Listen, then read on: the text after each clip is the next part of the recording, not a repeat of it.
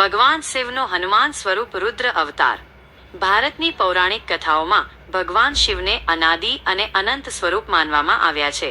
તેઓ સર્જન, સંહાર અને સંહાર પછી પુનઃ સર્જનના આધાર છે. શિવજીના અનેક અવતારો છે, ક્યારે ભૈરવ, ક્યારે નટરાજ, ક્યારે અર્ધનારીશ્વર અને ક્યારે ભક્તિ માટે વિશેષ રૂપ ધારણ કરનાર.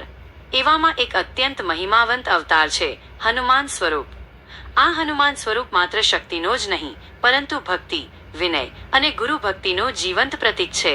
શાસ્ત્રોમાં કહેવામાં આવે છે કે હનુમાનજી ભગવાન શિવના 11મા રુદ્ર અવતાર છે, એટલે કે તેઓ શિવજીની જ એક શક્તિનો પ્રકાશ છે. હનુમાન અવતારની ઉત્પત્તિની કથા. એકવાર દેવતાઓ, ઋષિઓ અને પૃથ્વી પર વસતા પ્રજાજનો દુઃખી થયા. રાવણ નામનો અસુર રાજા સમગ્ર ત્રણેય લોકમાં ત્રાસ મચાવતો હતો.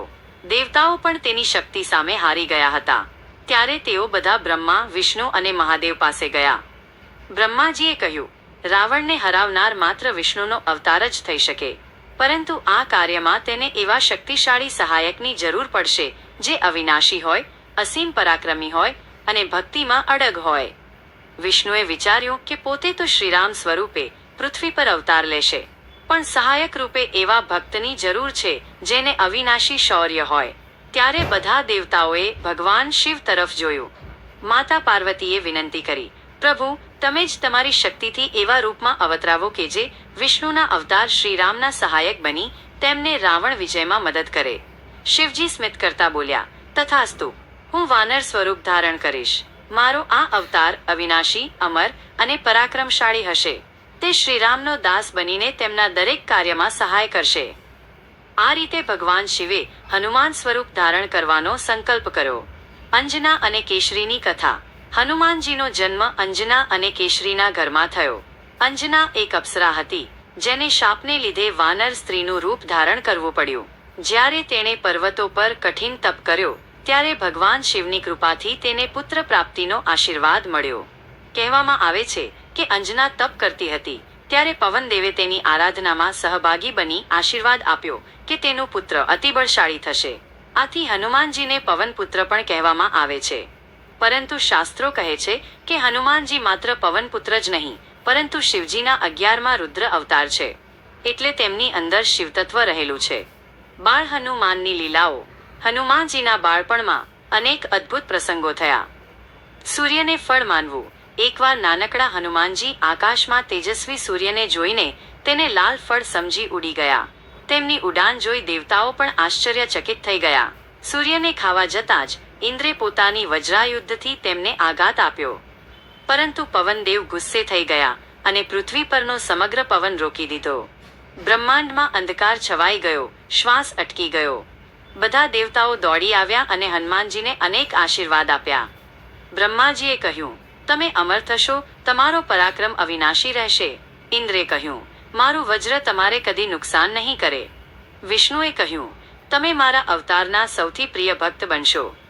આ રીતે હનુમાનજી અતિશય શક્તિશાળી અને દેવતાઓના આશીર્વાદોથી સંપન્ન બન્યા.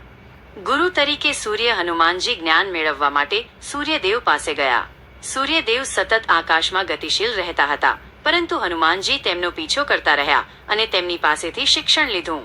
સૂર્યદેવના ઉપદેશથી હનુમાનજી ઋગ્વેદ, યજુર્વેદ, સામવેદ, અથર્વવેદ, વ્યાકરણ, સંગીત અને શાસ્ત્રોમાં નિષ્ણાત બન્યા. હનુમાનજી અને શ્રીરામ. હનુમાનજીનો જીવનનો સર્વોત્તમ તબક્કો ત્યારે શરૂ થયો જ્યારે તેઓ શ્રીરામની સેવા માટે પહોંચ્યા.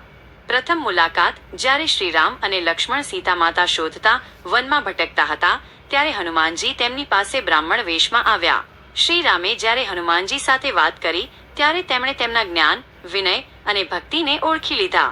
શ્રીરામે કહ્યું, હે હનુમાન, તમે તો જ્ઞાન અને વિનયના સાગર છો. તમારો મારાથી અખંડ સંબંધ રહેશે. આથી હનુમાનજી શ્રીરામના દાસ બની ગયા. હનુમાનજીની મહાન સેવાઓ. સીતાની શોધ. સીતા માતાને રાવણે લંકામાં કેદ કરી હતી.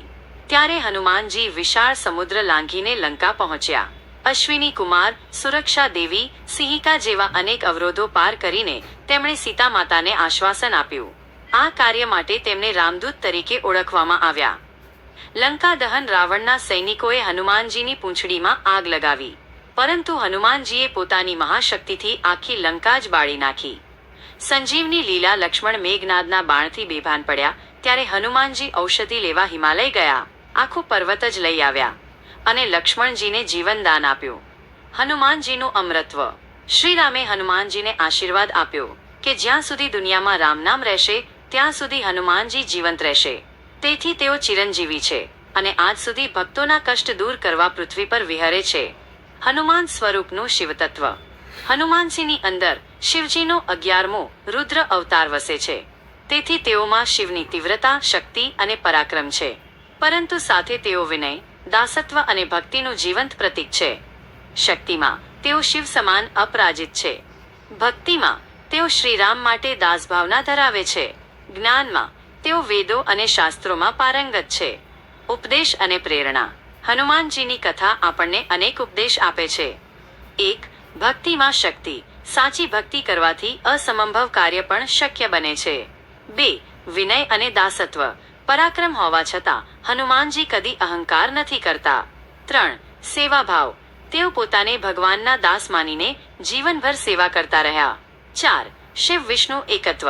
હનુમાનજી દર્શાવે છે કે શિવ અને વિષ્ણુમાં કોઈ ભેદ નથી. હનુમાન સ્વરૂપમાં ભગવાન શિવે ભક્તિ અને શક્તિનું અદ્વિતીય સંયોજન આપ્યું છે. હનુમાનજી માત્ર શ્રીરામના દાસ જ નથી પરંતુ સમગ્ર ભક્તિ માર્ગના પથ પ્રદર્શક છે.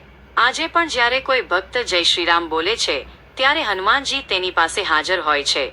તેથી હનુમાન સ્વરૂપના આ અવતારને સમજવાથી આપણે શીખીએ છીએ કે શક્તિનો સાચો ઉપયોગ ભક્તિ અને સેવા માટે જ થવો જોઈએ.